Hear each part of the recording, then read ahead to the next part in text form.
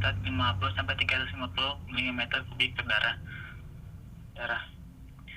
Jika eosinophil dalam di bawah normal akan mengakibatkan sebuah penyakit yang disebut hyperadrenalin atau dan shock. Dan jika eosinophil berada di atas normal, maka akan menyebabkan kasus yaitu reaksi alergi, infeksi parasit, dan leukemia dan brucellosis. Ciri-ciri dari eosinophil adalah ukurannya 16-11 mikron, inti tembaran 2, plasma ros, dan granula teratur seperti gelembung.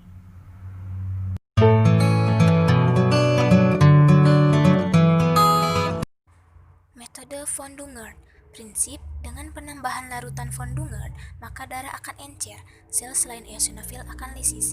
Nilai normal 50 sampai dengan 350 sel per milimeter kubik. Alat terdiri dari hemositometer, vaksinostal, mikroskop. Bahan-bahan terdiri dari darah, alkohol 70%, larutan von Dungern yaitu eosin 100 mg atau larutan eosin 2% 10 ml, fungsi untuk mewarnai granula sel, aseton 10 ml, fungsi untuk melisiskan sel selain eosinofil, dan aquades 100 ml. Selanjutnya adalah cara kerja. Siapkan bilik hitung dengan Deckglass. Ambil darah vena dan masukkan ke dalam botol yang telah diberikan antikoagulan EDTA. Darah yang telah diberikan EDTA dipipet dengan menggunakan pipet tomal-kosit sampai dengan angka 1. Isap larutan pengencer hingga angka 11. Selanjutnya, homogenkan dengan cara mengocok perlahan selama 2 hingga 3 menit. Buang 3 hingga 4 tetes pertama, lalu masukkan ke dalam bilik hitung pada tetes selanjutnya. Simpan ke dalam cawan petri lembab dengan kapas basah selama 15 menit agar warna dapat diserap dan untuk mengurangi penguapan. Selanjutnya, hitung dalam seluruh kotak 3x3 mm persegi dengan menggunakan mikroskop. Perhitungan menggunakan rumus P dikali KV dikali N, dengan P yaitu adalah pengenceran 10 kali, V yaitu volume panjang dikali lebar dikali tinggi dikali jumlah kotak, sama dengan 3 kali 3 kali 1/10 yaitu 9/10 mm kubik. KV yaitu 10/9 mm kubik. N adalah jumlah sel di mana jumlah sel yang ditemukan. Selanjutnya yaitu metode Tatais. Prinsip dari metode ini yaitu dengan penambahan larutan Hinkelmans, maka darah akan encer dan sel selain sel eosinofil akan lisis. Nilai normalnya yaitu 50 sampai 350 sel per milimeter. Alat dan bahan yang digunakan pada metode ini adalah hemositometer, vaksinostal, dan mikroskop. Bahannya terdiri dari darah, alkohol 70%, kapas, larutan Hinkelmans yang terdiri dari yellowish eosin 0,25 gram, formalin 2,5 gram, penol 2,5 gram, dan aquades 500 ml. Kerja. Yang pertama, siapkan bilik hitung dengan Deckglass. Yang kedua, ambil darah vena dan masukkan ke dalam botol yang telah diberi antikoagulan EDTA. Yang ketiga, darah EDTA dipipet dengan pipet tomal-kosit sampai angka 1, pengenceran 10 kali. Yang keempat, isap larutan Hinkelmans sampai angka 11. Dan yang kelima, kocok dengan perlahan selama 3 menit. Yang keenam, buang 3 tetes pertama lalu masukkan ke dalam bilik hitung. Yang ketujuh, simpan dalam cawan petri lembab. Kapas basah selama 15 sampai 20 menit. Yang kedelapan, hitung dalam seluruh kotak 5 kali 2,5 kali 0,2 mm kubik. Perhitungan P kali KV kali N. P merupakan pengenceran sama dengan 10 kali. P volume. P kali L kali T kali jumlah kotak sama dengan 2,5 kali 5 kali 2/10 kali 1 sama dengan 25/10 mm kubik sama dengan 0,4 per mm kubik. N merupakan jumlah sel.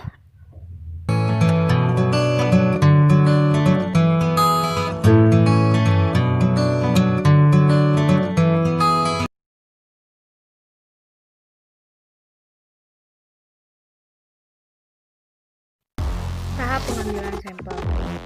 Tahap yang pertama yang harus dilakukan dalam pengambilan sampel yaitu menerima form permintaan. Jika sudah, mempersilahkan pasien untuk duduk. Jika pasien telah duduk, maka kita akan mengkonfirmasi identitas pasien seperti menanyakan namanya, alamatnya, dan umurnya. Jika itu telah benar semua, maka ke tahap selanjutnya yaitu menanyakan terhadap pasien terakhir makan apa dan efeknya seperti apa, apakah gatal-gatal ataukah apa. Setelah itu, menanyakan juga kepada pasien terakhir makannya kapan.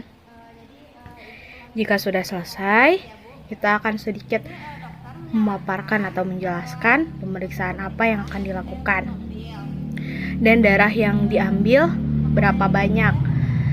Jika itu telah disampaikan, maka kita ke tahap selanjutnya, yaitu mempersiapkan alat dan bahan.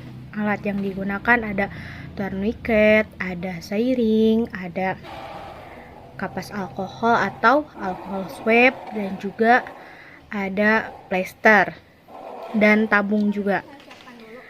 Terus jika setelah semua disiapkan, lakukan uji torak terhadap seiring. Jika uji toraknya telah memenuhi syarat, maka kita akan mempersiapkan alat-alat lainnya seperti alkohol swabnya, plesternya, dan juga kapas keringnya didekatkan terhadap kita sebagai plebotomis agar memudahkan untuk proses pengambilannya.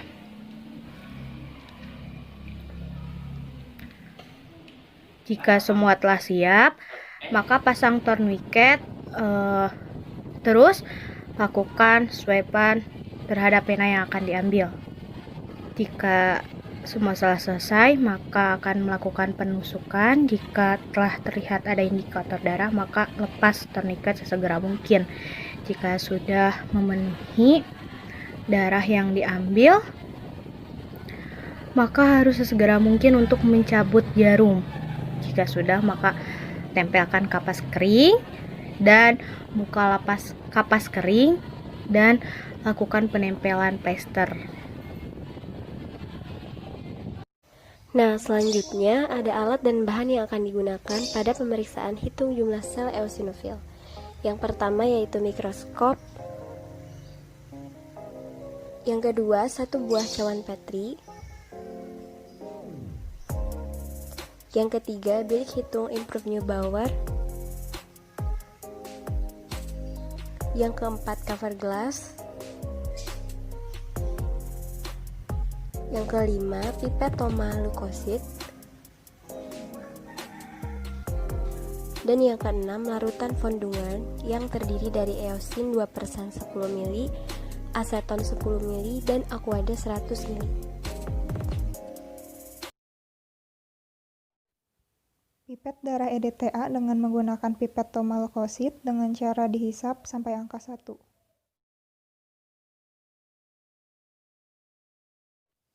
Kemudian, hisap larutan pengencer dengan menggunakan pipet Thoma yang sama sampai angka 11.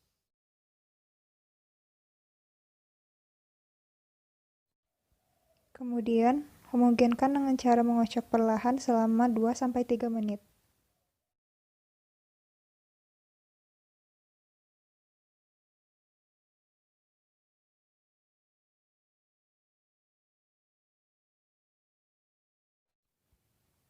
Buang 3-4 tetes pertama, lalu masukkan tetes selanjutnya ke dalam bilik hitung.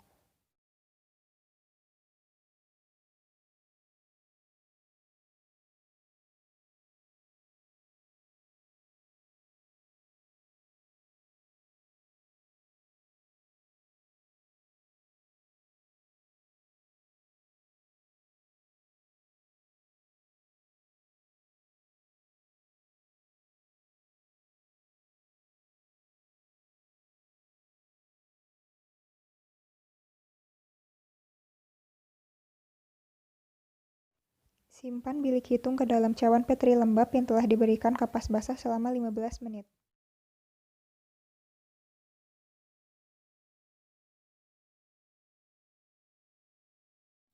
Setelah 15 menit, amati dan hitung seluruh kotak dengan ukuran 3x3 mm persegi di bawah mikroskop.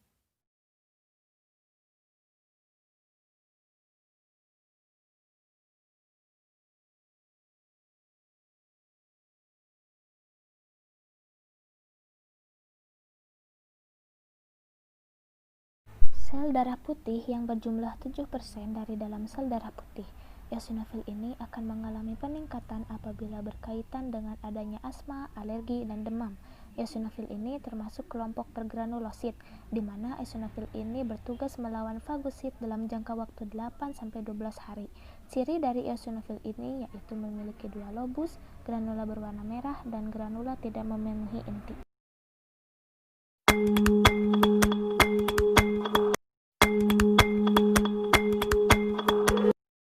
Saya sini akan menginterpretasikan hasil praktikum dari eosinofil yang didapatkan bilik hitung 9 kotak 1.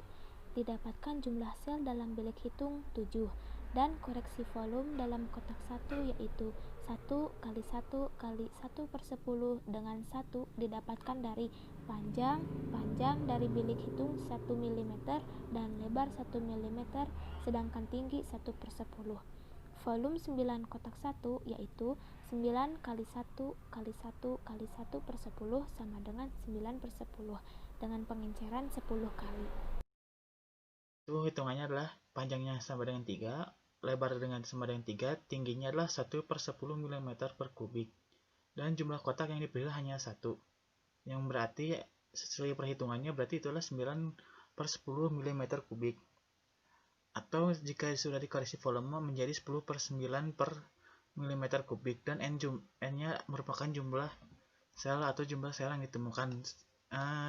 Jumlah sel yang ditemukan ini hanya akan ditemukan ketika kalian sudah menghasilkan preparat dan sudah melihatnya di bawah mikroskop.